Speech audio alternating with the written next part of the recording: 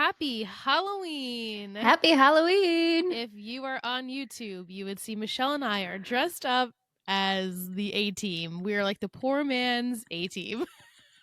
Liz's makeup, it is worth it. You guys should go watch because Liz's makeup is flawless and beautiful. I look like a scary person who's about to rob you, attack you, but not even intimidating. It's like, who, what? No, you Yeah, don't. But yeah. I was channeling my Mona with the red lip. It's great. I love it. And your eye makeup looks great too. Oh, thank you. I've, with the red lip, Beautiful. you gotta have. I wish I had a red lip. I don't have that. I don't own a This red. is probably as old as me. My Oh, my red lips. vintage? A vintage red lip?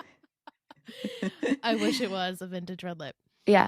Yeah, Michelle and I both were like, we don't actually own black hoodies, so we're Mm-mm. just gonna take our husbands and try and figure it out. So Yeah. here we are. Here we are. Make fetch happen. We made fetch happen. We are discussing episode 3 of season 3, titled Kingdom of the Blind, aired June 19th, 2012, written by Joseph Doherty and directed by Chad Lowe. Oh. So when Spencer questions her mother on taking Garrett's case, she stumbles upon a larger secret. Arya agrees to be Jenna's accompanist. I keep wanting to say accompanist, but that's not, Yeah. I obviously know that's not how it's said. Yeah, right. Accompanist. Accompanist. Accompanist. Yeah. Yeah. Not sure, but accompanist. Accompanist. We'll get there. So now that the girls know Jenna can see, they want Arya to assist her as this accompanist to spy on Jenna. So when Arya tells Jenna she was holding back due to some stage fright, Jenna links arms with her and she says, you just gotta look fear in the eye, which is so awkward for Arya, being that she knows she can see, but also she's supposed to be blind. Right. And funny. also she's touching me, linking arms with me. Right, That made me LOL. Seriously. Oh, me too. I loved it. And she looks at the arm and then realizes, like, oh, she can see that I'm looking at the arm. The whole thought process that probably went on in Arya's brain is really funny. Yeah. So at Jenna's, Arya and Jenna briefly talk about Emily. And is Emily doing okay? Later on, the girls suspect this is because she's fishing to see if Emily remembers anything about that night. And then Jenna gets up and Arya sees a piece of paper that states H. Cobb 4:15 Wednesday earplugs. I don't even know how the girls came up with what to do with this clue. I know Hannah makes a joke of like, God, I wish clues had more context. But like, I wouldn't even know what to do with that. Yeah. And I don't even think it said Wednesday. It just said wed. Like WED. So they just assumed it was Wednesday, which happened to be the next day. Right. At 4:15. So they just figured, hey, we might as well do a stakeout on Wednesday at 4:15 just to see if anything happens. So Arya and Hannah, they're the ones that get in the car to see where Jenna's going. Jenna gets into a cab.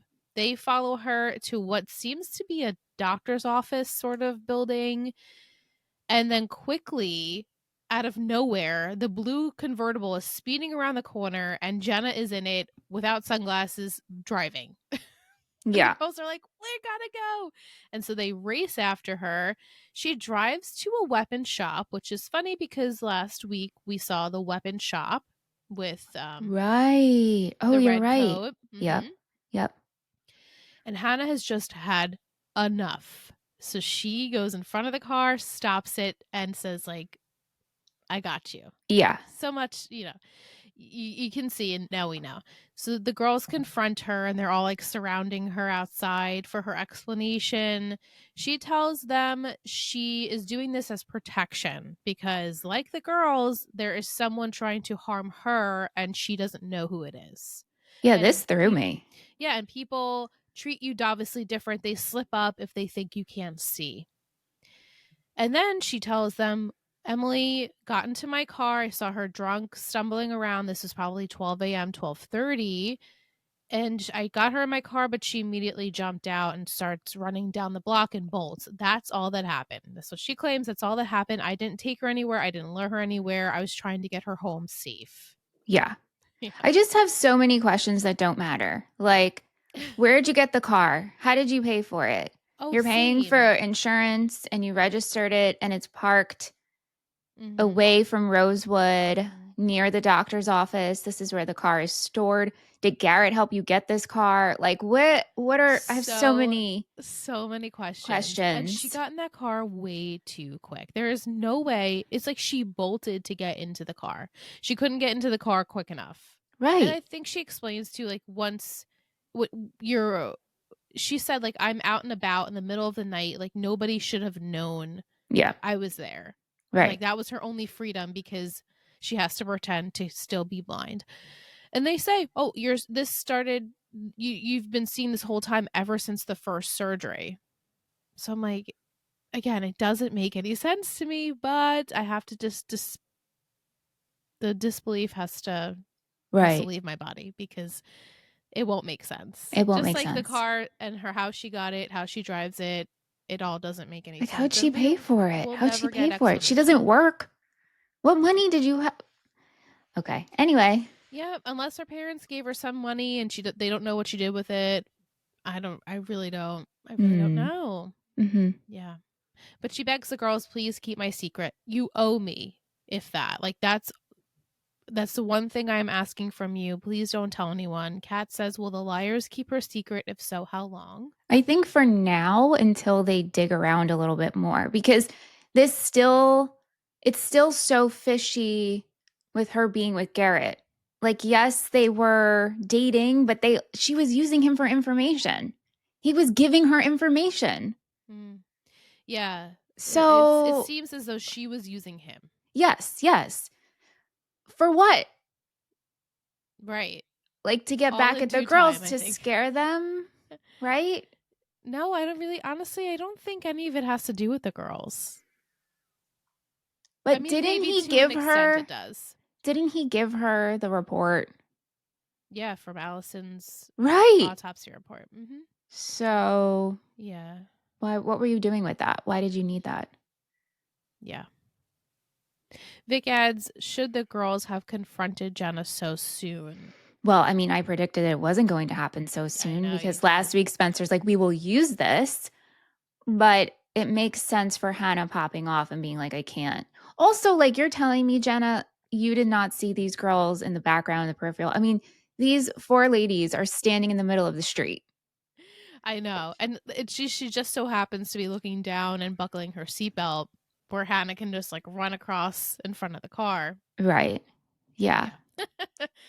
All for the effect. That's right. That's right. So speaking of Hannah, in this episode, we develop more of the dark Lucas. Yeah. And the principal wants his parents to sign a acknowledgement form, basically that he's been having bad behavior and it's affecting his school. Hannah runs into him and Lucas is like, mind your business. He lights up this piece of paper and throws it in the trash. He runs out and Hannah's like, doesn't know what to do. Caleb runs in, obviously saving the day, and he pours water over it. But the way Hannah, I don't know if you caught this, the way she's like, we gotta get out of here. Like she set this fire, like it was this whole production. He This just set a piece of paper on fire. this episode had some of the worst acting in it. And legitimately, I don't know if it's bad acting or if it just felt like an SNL skit or if it Yeah. just felt like an over dramatization, like a soap Yes. opera. She was like, Lucas, what are you doing?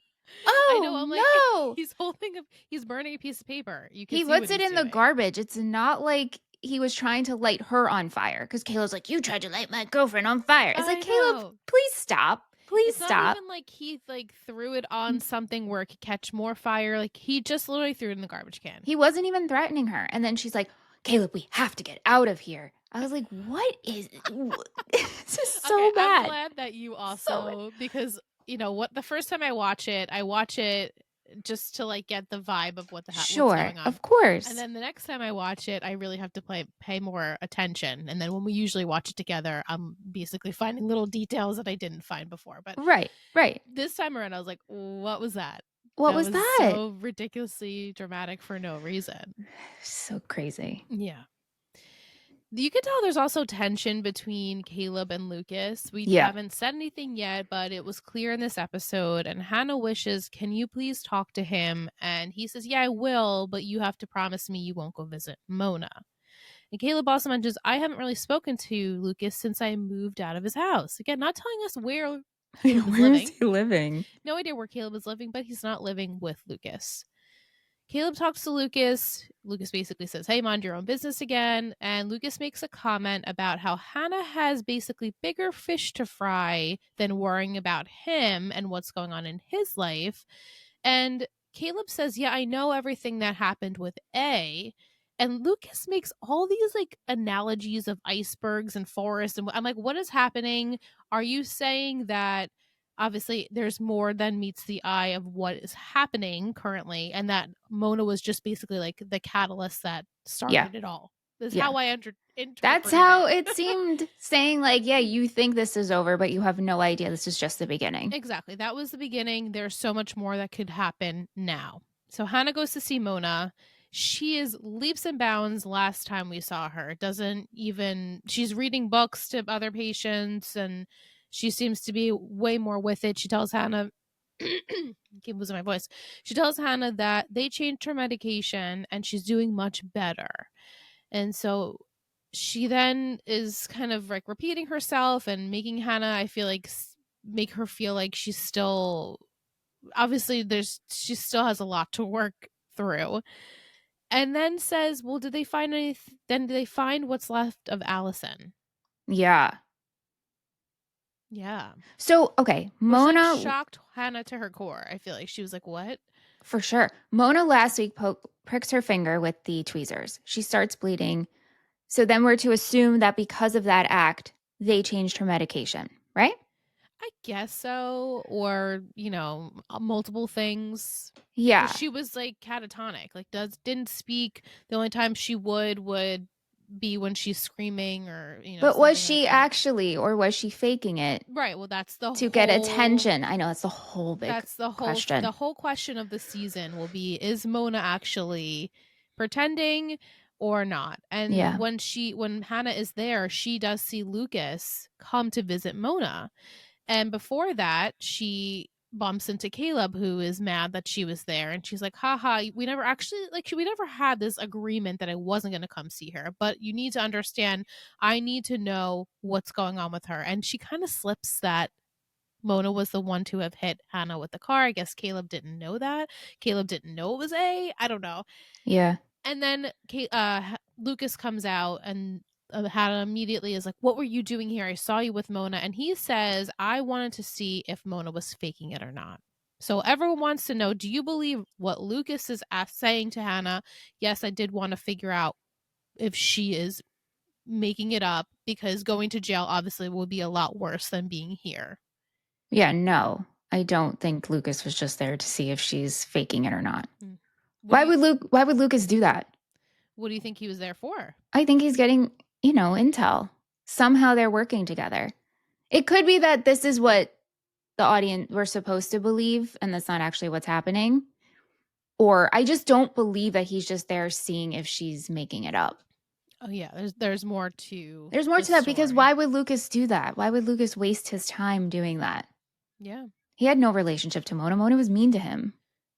No, obvious, right. In the past, they worked together, right? Right. Well, what it seems like a really long time ago. Right. Yeah. So, yeah, I don't know why he would be bothered. Mm-hmm. Caleb decides he's going to go visit Mona, and he starts talking to her. She's talking about card games, and he's under the impression, like I think a lot of us, that you're playing games in your head. You're laughing at us all here because you're here and putting on this facade. And Mona leans in and she says, well, you're a bad kisser. And then she starts screaming so much, flipping tables, and the nurses have to escort her out. And then Caleb leaves. Last we see Mona, she is in bed holding the Queen of Hearts in her right hand and singing In the Eye Abides the Heart. She's got such a beautiful voice. Mm-hmm. She Beautiful. does. So, what the hell does that mean? I have no idea. I have no idea. She's the Queen of Hearts, I guess, or Feels she's the Queen of Hearts. right, or she's working for the Queen of Hearts. Or that too. Something She's like like a that. devotee. Mhm. Devotee. Yeah. Mhm. Yeah. All right, over to Emily. She is, like we predicted, shocked and confused that she got a 94 on her English makeup test. And now she's worried that A or someone like A is trying to mess with her and make it seem like she was cheating. Which I feel was so valid because I would have felt the same way. Yeah. The girls are like, oh, so you think A did this because they're going to use it for something else later on. Emily goes and she approaches Ella and she's like, look, listen, I know I didn't finish the test. Please let me retake it because I think someone's trying to frame me. And Ella's like, listen, the grade is accurate. You're fine. Just leave it alone. So now Emily is like, oh, okay. Ella basically just told me that she gave me a good grade on purpose, Mm-hmm. knowing I didn't finish the exam. So Emily tells Arya that, and Arya's like, are you sure? Like, my mom's been going through a lot. It seems like something she might do, but I'm not really sure. And Emily is just so sick of everyone just feeling sorry for her. And she makes a comment about how she's not even scared of A anymore. She's just really pissed off. Well, yeah. And also, she's sick and tired of everyone feeling sorry for her. Yeah. She's like, I'm over this. Let's move on. And this A doesn't scare me. I'm just really pissed off. I'm really mad that this Yeah. is continuing to happen. Yeah. Like all the stages of grief that you would Yeah. have. Well, someone's literally threatening you. Right. So Arya mentions to Ezra about this potential grade change, and Ezra's like, there's nothing else going on. So he just decides to take it upon himself to insert himself into the situation. Arya worries that Ella could get fired because now the principal wants to talk to her. So Ezra confronts Ella at the brew, and Ella says, "Look, I made a really bad decision, but it was Emily." And Ezra says, "Like I understand why you would do that. I'm a teacher too. I get why you would make this decision." He's like, "Let me help you in some way." She's like, "Haha, I could blame it on you." And he's like, "Please do it. Like let's go with that." And she's just obviously ignores that. And then Ella and Ella and Emily talk about who's going to go tell the principal. They're both like fighting over who's going to say something because they both want to tell the truth. And Emily's like, you can't tell the truth. And she's like, you can't tell the truth. And then the principal is walking out with Ezra, who the whole situation is now rectified because Ezra says to him that Ella was grading the test in front of him and it could have looked like preferential treatment. And basically everything is forgiven. What? I'm so conflicted with Ezra this episode. Me too. I'm like, get your nose out of everyone's business, but also like, obviously, he saved the day in a way. Like, So you did a good thing. And then I realized if Ezra was Ezra solo, if his character existed as Ezra but was not dating Arya, I would be a fan. me too.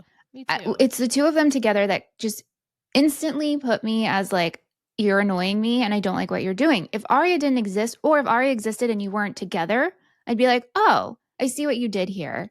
Yeah. Yes, if he was just a teacher in the school, was friends with Ella because he says to her, we were friends at a Yeah. point, kind of digging to her like, we could go back there, but you obviously are distant because of the whole Arya situation. But like they were friends and they could have continued to be this friend and he didn't have to date Arya and he could have just been like, you know, the teacher that all the kids kind of really liked and Mm-hmm. the staff liked, and he's a likable person. But Right. Right. yeah, it's a little tainted with the Arya stuff. I'm actually like, I'm just numb to it all now with the Arya and Ezra. I don't know, something about it, I'm just like, all right, on to the next, but I really don't have that like hatred at the No, I don't minute. have the hatred. It just is tainted. And that's why I was like, I feel like I would like you. I just Yeah. can't get past you dating Arya. It's like forever icky Yeah. to me. And I'm like, why couldn't we just left them not do this? He would have Right. been a better character Yes, he would have. in the show that I would want to watch. I'm sure not Yes. everybody agrees with Yes. that. I'm sure they don't. And everyone has their own opinion, and that's wonderful. Yeah. So Ezra tells all these names is like throwing me off.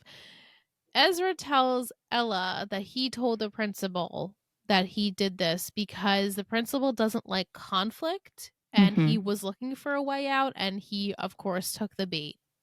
Oh my God. Okay. So you're banking on that this principal, it just, the solution to it seems like so silly. I don't Right. know. There was an anonymous call into the principal's office that Ella specifically is doing preferential treatment when it comes to the grading process, but then Ezra Like made Ezra that all kind go away. Yeah, Ezra was like, "Oh, it was my fault. I walked in on Ella grading and Right. made her grade it in front of me." Yeah, it's a weird, What? it's weird. It's weird, but okay. And Emily's pissed still because she goes to see Ezra and she says to him, "Look, again, stop trying to baby me. Everyone's so worried about me cracking and hurting my feelings." And he says, "Okay, well, if you know the material here," and he gives her a new test and she decides to take it. Spencer's story is juicy. It's so Okay. good. It's so good. Yeah, Melissa, as I said last week, is back in town. Mhm. And I said she miscarried in June, is what she said. And she's obviously going through a really tough time. She's drinking a lot and she's in this very low emotional state. And Veronica says to the girls that she took Garrett's case. Not only did she take it, she took it pro bono, and she spoke to his parents, and she knows what it's like to have a kid that's misrepresented, and they deserved a chance. Right. I Innocent mean, before you proven can't blame guilty. her. You I can't can't blame blame her. her. And also, Veronica just feels like she's on a different show. Oh, she's on Law Every and scene, Order. she's on Law and Order. Every scene, I'm like, it's like dun dun, I know. Veronica. I know. She's so like just she's like a force that comes Yeah. in, Yeah. and it's like it's always serious, and she can never have like any joking moments with her children. And Spencer says too, like, my mom's one-on-ones, she keeps that to a minimum, so she's going to Mm-hmm. tell me and Melissa at the same time because Mm-hmm. it's easier for her. Like, she obviously has a very hard time expressing her emotions to her children. Yeah. Yeah. um Melissa mentions that she realized that Garrett was the only man that ever told her the truth, and she realized it too late, but at least she realized it. And now that he's in jail, Spencer's kind of like, "What do you think about this?" And Melissa's like, "I don't give a shit because I lost my baby and I'm depressed." But Garrett doesn't seem all that bad, basically, to her. Yeah. And also, I hope he gets off, even Right. if he is Even if guilty he's guilty, she said. or proven guilty, Yeah. That's a weird response. because he is just a good person in her eyes. Yeah. Britt asks, "What do you make of the Garrett Melissa situation?" Well, I thought Garrett was the father of her baby. And so does Hannah. Hannah Yeah. apparently thinks that as well. Yeah. It could be, the medical records. So what happens is that Spencer presses Melissa more on Garrett, and it's like, I knew you were there the day Allie died, and so was Garrett. And she's like, "Look, I've been through enough." And then later on, Spencer tells the girls about what Veronica told them, and Melissa and Hannah, like you, makes the assumption that this baby might have not been Ian's, it might have been Garrett's, and that the medical records are not Jenna's. Look at Melissa's medical records. So Spencer calls the hospital that Melissa claims to have had the miscarriage at in June, and they have no record of her ever being there. So Spencer calls the hotel she was staying at, and the check-in, check-out dates are extended to, past the date that Melissa said she was there. And not only that, there was a second room for Veronica. Mm-hmm. And Spencer says to Melissa, which I felt really sad about before all this. She says, "I wanted to come and see you, but Mom told me no, and Mom told me you didn't want visitors." And Melissa says, "I didn't want anyone else there." And now you're like, well, nothing, that at that point you didn't miscarry and your mom was there. So, like, what the Right. hell kind of conspiracy is going on behind closed doors? So Spencer finally confronts Veronica about it, and Veronica says, "You got to ask your sister when she lost the baby." And she says she didn't know until she got there. Right. And Spencer says, she was faking it and you didn't say anything. And Veronica says that I had my suspicions, but you need to talk to your sister about it. I'm like, that is so weird. So then I keep going back and forth. Did we actually lose a baby, or was this a fake pregnancy? Or did you think you were pregnant and then you weren't? Like, Well, I can confirm she will ask Melissa when she lost the Okay. baby, and Melissa will give her some more detail. But Kat says, what impact could there be to the story if Melissa lost her baby at a different point than when Spencer thought she did? I guess the impact is just supporting Veronica, supporting Garrett. And Spencer also makes the assumption that Veronica took this case because of Melissa. Right. Like Melissa must have said something to her, and this Melissa Garrett thing is more meaningful than, it seems. And Veronica's taking that into account. Yeah. Mm-hmm. Uh-huh. I mean, Spencer's just so fired up. She's like, he killed Allie. He killed Maya. Yeah. And it's like, I get it, Spencer, but also chill. Chill for a sec. Yeah, as Veronica says, he's innocent until proven guilty. And Right. Spencer's like, what'd you make that up? You're such a child. You're such a Yeah. child. Mm-hmm. And then our last scene, we have a gloved, hooded, much like us, hooded Mm-hmm. figure making themselves a vodka on ice. Mm-hmm. And they're also putting together some more necklaces with teeth. And when they go to put the vodka back in the ice, in the freezer, what is that? What would that be called? What kind of freezer is that? Yeah, it's like a It's a certain kind industrial of, yeah. size freezer. There's Meat also locker a meat almost. locker, yeah. Yeah. There's also a body bag chilling in there. I was like, oh my God, are we going to get a glimpse? I Are know we that going to they get a start glimpse? unzipping. What? But nothing, of course, nothing. Yeah. Yeah. Mm-hmm. I struggled so much with an MVP and shittiest. I don't even know what to do. I I have think my everyone was MVP. shitty. I have my MVP. I actually don't have a shitty because I didn't think anybody was shitty enough. Who's your MVP? My MVP is Emily. I really Oh, like that's a the good fact one. that Emily went and approached Ella and was like, listen, we both know I didn't finish this test. And I think someone went in and changed it. Like, I love that she Yeah. brought it to the surface. So I really do I like her standing up for herself. Yeah, I agreed. I also could give it to Ella for Yeah. trying to do the right thing. Yeah. And then Ezra stepping in. It's like part of me obviously wanted to give it to Ezra, but there's something Agreed. about it I can't do it. Agreed. It's Yeah. like you said, it's tainted, and I can't get myself there, unfortunately. I know. And then like you said, I couldn't pick a shittiest. I couldn't decide. Honestly, Hannah was really getting on my nerves in this episode. Even though like what she did wasn't anything annoying, there's something about how she approaches talking to other people that is really off-putting. I And I agree. don't I like think it. right now, last season, well, first season we loved Hannah and we loved Hannah. Second season, probably my least right now. Me too. She's a little irritating. I feel like her and Caleb are on the rock. Like, this is going to end. This is going to end. He is doing his best, but also I'm not loving him either. No, me either. And like there's again nothing he's outwardly doing that's bad, or Yeah. there's something about their relationship that's just, and I guess that's like what they want you to. Yeah. Yeah. That's what they're portraying, is that there's a lot of issues because of Mona. Yeah. And obviously more secrets because Caleb doesn't know that the A is back. He doesn't know a lot of things. So yeah, it's hard to watch. It's sad to see a couple that we love so much just kind of really deteriorate in front of our eyes. Mm-hmm. And like not to any fault of them. It's just like that's the situation. Yeah, it's also hard because sometimes you'll have a couple who you want to end because you love them as solo people, but like right now we're not loving Hannah and we're not loving Caleb. And so it's just like it's not fun like, to watch. Yeah, so it's almost just like if we're not enjoying either of you right now, then don't make it worse and be together.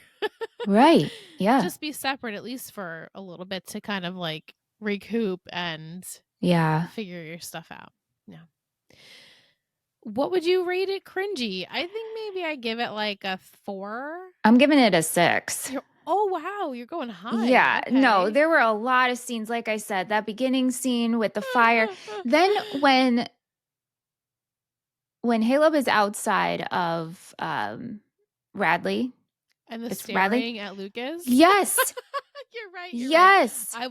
I will meet you at a 6. I will meet you up there. That I was like, what? It's the scenes with Hannah and Caleb that truly We're Yeah, me just too. not landing. So I have 6. to 6. 100% agree, and I would love to figure out exactly why that is, but I can't necessarily put my finger on it. But there's something about their scenes that are overtly cringy. They Yeah, are. and also Caleb with Lucas, just the stares. And like I Mhm. even wrote it down. Like Caleb's one line was like, "I call him like I see him." It's like, what? Caleb, who is writing for Caleb? What happened? Yes, you What are happened? so right. We took our sketchy Tim Riggs and It, we made him just a corny, I don't it even know what, a it's just corny not boyfriend. landing. It's No, just it's not not. landing. I so agree. Yeah. Yeah. I Yeah. wish it was different. Yeah. All right, so at the end of the episode, we are going to give Michelle, I always say we, but it's just me. I'm going to give you the title for next week and my secret. So for episode 4, the title is Birds of a Feather, which, the Billie Eilish song is out right now, which is kind of funny because it was like, 10 years ago. And my secret, I've got a secret. It's a good one. The Black Swan is revealed. But is it though? Or is it a fake out? Is it actually revealed or is it a fake out? I mean, to me, I'd say this is a reveal. It's a big dill pickle? Yeah, it's a big deal. Speaking of Okay. big dills, Michelle, thank you for that segue. I got you, girl. For those of you who know Michelle and I well, we have this obsession, love for pickled items, pickles, all the things involving pickles and vegetables just in general. We love a brine. We love a We love a vinegar. brine. We love a salt moment. And we are actually hosting our very first Pickles Giving. I'm very excited. Me too. So we're going to get a small group of friends to just try a bunch of pickled shit because we love that. And in honor of that, we released very limited edition Pickles Giving merch on our shop. So if you love pickles and you're interested, head over to our Spreadshirt. Link is, of course, in the bio for the episode. And just, maybe you want to represent pickles. And if you don't love it, that's fine. November is obviously Thanksgiving, and then you have your Friendsgiving, but maybe you want to switch it up and have your own Pickles Giving. Yeah, instead of a Friendsgiving, you make it a Pickles Giving. It's Pickles Giving, y'all. Yeah. All right. So, what do you want to do with this Black Swan reveal? What else do you predict that's going to happen next week? Well, Okay. actually, who do you think? Do you think we know who the Black Swan is, or it's a character we don't know? I think it's a character we don't know because we saw everyone in that room that night. Basically. Unless someone was like, it was quick and I didn't catch it of who's missing. Because for so long I was like, oh, it's Jenna. Oh, it's Melissa. But then we kept seeing them, but not talking to Lucas. Lucas and Jenna were talking to the Black Swan. Is that right? Yes. Yes. Okay. So I don't think it's a character we've met yet. Okay. Maybe it's Andrew Campbell from the books. So Campbell. I'm bringing in Andrew Campbell to make him the Black Swan. And he's going to be like, I dressed up as the Black Swan. I'm not related to this situation. I came on over from the Bucks. My name's Andrew Campbell. Right. Spencer's rivalry. I'm gonna, because we get Andrew Campbell. Yes. But it's not in season 3. I don't remember, honestly. I'll have to look it up. But okay, well, it's like semi-soon, I'd say. If not this season, probably next season. All right, so that's what I would like to happen. But in all reality, I think it's a character we don't know.